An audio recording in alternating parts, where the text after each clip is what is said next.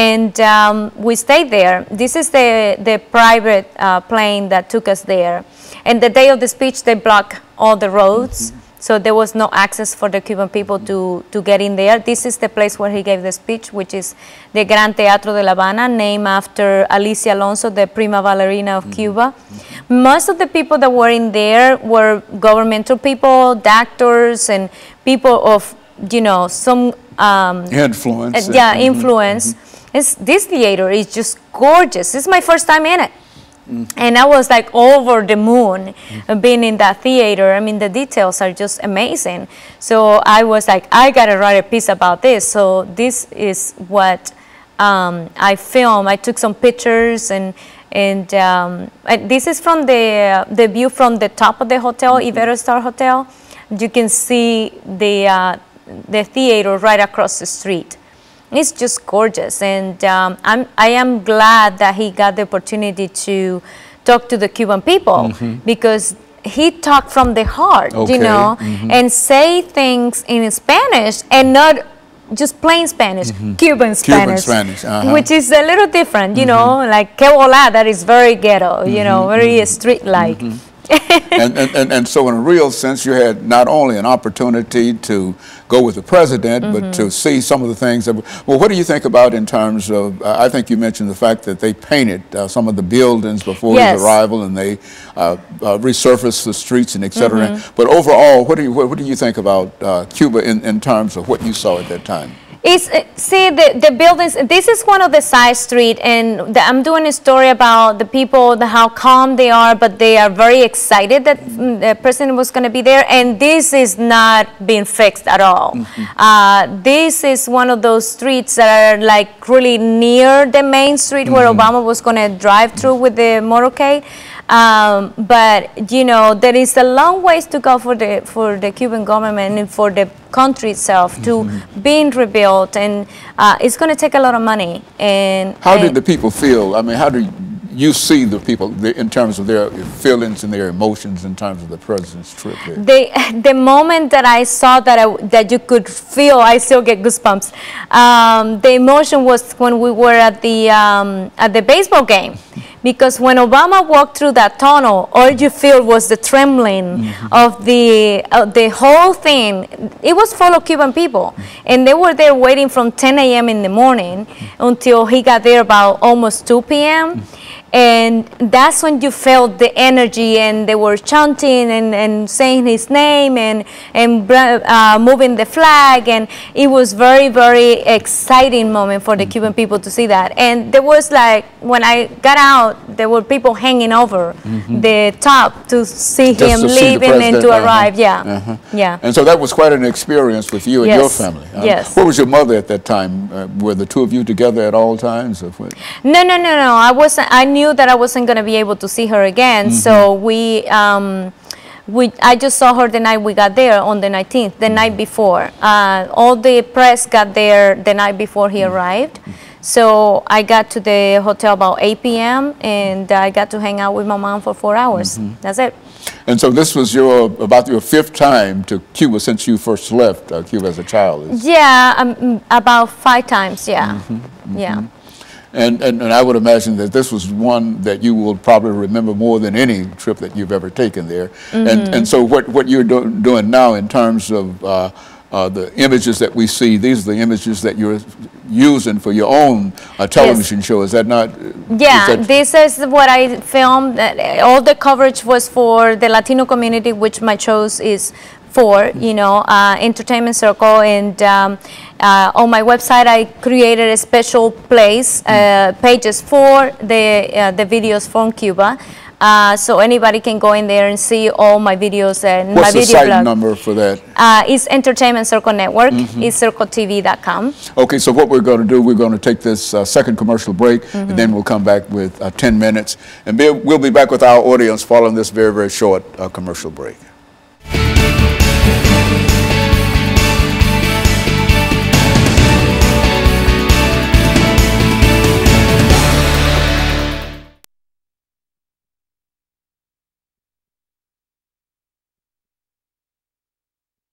whatever, political, social, or whatever, you know, some of the old automobiles. I mean, I would imagine, what were your impression about that, and the general status that you saw in Cuba? I mean, you know, we've got 10 minutes for that. And so anything that you'd like to talk about, feel free to do so, okay? And then we'll be able to cut this out, and then we'll have, this will be an excellent show. I think that this is an excellent show, what you're doing. Thank you so much. Well, I think it's information, you know, to say that we had a chance to talk to one of the persons that went to Cuba with President Obama, you know, and then we've got it on tape. And I think well, at least on that first clip that he put up, I have my credentials on, so you can see it. You can see it on there. Yeah.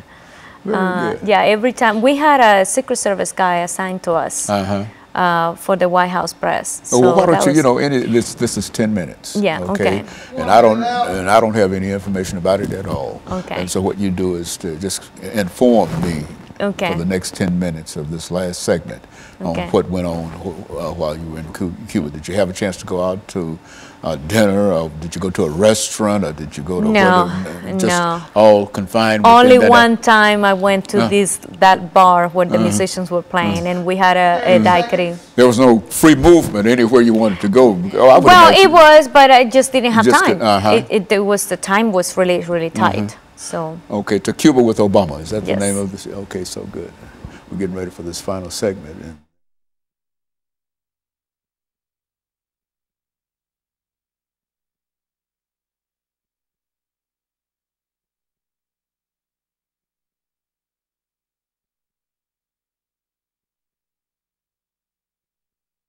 Thank you, and welcome back to the final segment of the show for today.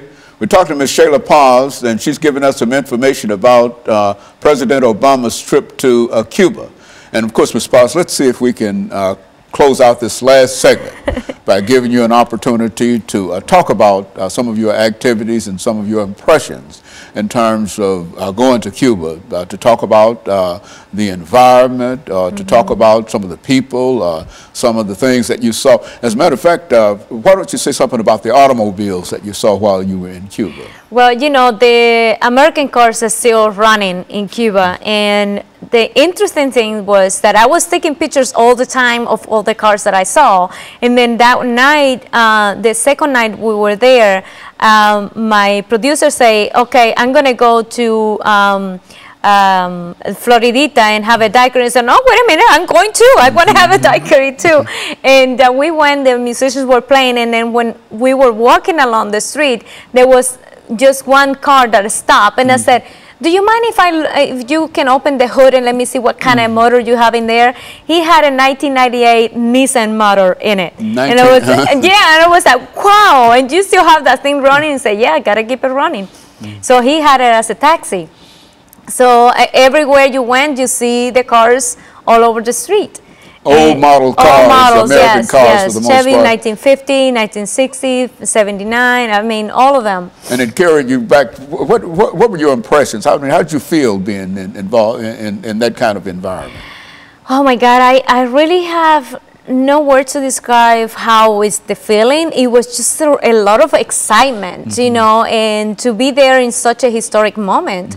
For me, as Cuban and Cuban American, it was quite extraordinary. And the most important thing was, I said I had my own James Bond because we had a Secret Service person assigned to us as a member of the press for the White House. So everywhere we went, he will go with us, and they will give us a special credential for every event. We were divided in two groups because the time between one event and the other one were so small that we all couldn't go at the same time to all the events. So I got the opportunity to go to 4 of them, which was the airport, the speech to the Cuban people, the joint statement by the 2 presidents, and the baseball game, which everybody was allowed to go because it was the last event of the day or his trip. And it was quite something to see him that close to me because I seen him before close, but not that close. And he was genuinely happy to be there and to be there with his family And I wish I would have had the time to go to one of the events with Michelle Obama, especially one that she spoke to the high school girls. But you know, you just have to do what they tell you that you have to do, and you just go and do it. And so looking back over it, you think that this was quite an experience, and it's one of the experiences that you're trying to share with other people by way of your television show. Is that what, yes, that's what you're doing? Yeah, my TV show is called Entertainment Circle, and it's online on my own website called Entertainment Circle Network. And the trip to Cuba, I named it To Cuba with Obama. So they put the hashtag TW and 2CWO, they will find all my coverage on Twitter, on Facebook, and all social media, and on my website. And I do honestly want to tell people that they have to go and check out Cuba and meet the people and feel the love and feel their energy and see for their own eyes what they are suffering, because politics is politics and people are people. You know, so you have to separate the two. You cannot get the politics in between the prosperity of the Cuban people, because they will never prosper. I mean, the changes in Cuba have to come within Cuba, and the Cuban people, as President Obama said, have to encourage that and promote that, and have the first step forward to promote change in the government. But if we put a little step on it, it will help them in the long run. So you think that what the president did in terms of recognizing Cuba is a very, very important step, and that it ought to be supported, and that the Cuban people were in favor of that? Was that the impression that you got? Definitely. I got the chance to talk to a few people on the street, and they were very, very happy of his visit, and they all said that it's the first step in the right direction, and that they were very hopeful. They were really, really happy about that. So we'll see. And so the president really made an impression, a real impression on the people in Cuba, and even the president. What do you think about? You had an opportunity to go to the meeting that he had with the president of Cuba. What happened at that meeting? I mean, how did that all come about? That was very interesting, because the Cuban president or the government is not used to doing press conference. So after they gave the statements, I didn't know they were going to allow questions. So I was lifting my hand every couple of seconds to get my chance. But President Obama took 2 questions, and he picked the people that he wanted to be asked from. And then those 2 people got the chance to ask questions to Raul Castro, and he just threw it back in their court. He didn't really answer the questions. He was like, where are the political prisoners? We don't have political prisoners. And they do, but he doesn't want to admit it. And the questions about human rights violation, and he just say, what country in the world fulfill all the human rights? Nobody does. So we feel 45 of them. That's all he said. But that, he sort of admitted that, yeah, we have human rights violation, but he didn't want to say which one. But overall, you think that it was a very, very positive experience that you had by going to Cuba with the president, and that you think the president made a very, very positive impression on the people of Cuba. Is that what? Yeah, definitely it was. And I just talked to my mom 2 days ago, and she said things are still not moving, you know, since are kind of like there were, but the parliament is in session right now, so they're waiting to see what happened after the parliament. Fidel Castro came out on television yesterday and spoke and said that he's going to die soon, and that he hoped that the Cuban people and the people that stay in power continue with his vision of the country and his revolutionary thoughts. So I hope not. but you personally did not have an opportunity to see Mr. Castro, Fidel Castro. Did you see him? Nobody got to see him. Raul Castro is the president. But you never saw Fidel. No. I was like impressed that I was that close to Raul Castro, you know, and see him for the first time that close in person, right there in front of me. But, you know, I didn't get the chance to ask a question, so I just have to wait for my next time. Okay, so we've got about 2 minutes, Ms. Paz, and anything that you might like to say in terms of your trip to Cuba, or in terms of the president, or whatever, this will be your opportunity to do so. I still have to finish my coverage, and because I haven't had a chance to finish all the editing. And the other thing is that since I have to put the money myself to go for this trip because I'm an independent journalist, I had started a GoFundMe campaign, and we're still trying to raise the rest of the money to pay the White House. I just received the first bill, and it was $4,000 just for the plane. And they're still going to bill me for the ground transportation in Cuba and telecommunications. I assume food and water, but I don't know. So I'm praying that it's not over $2,000. So that's it. It was quite shocking that it will be that expensive, but I wouldn't change it for the world. You think it was worth it? It was spite totally, of the cost yes, that you had to pay in reference to doing that, and the images that you have, and some of the experiences that you have was certainly worth it as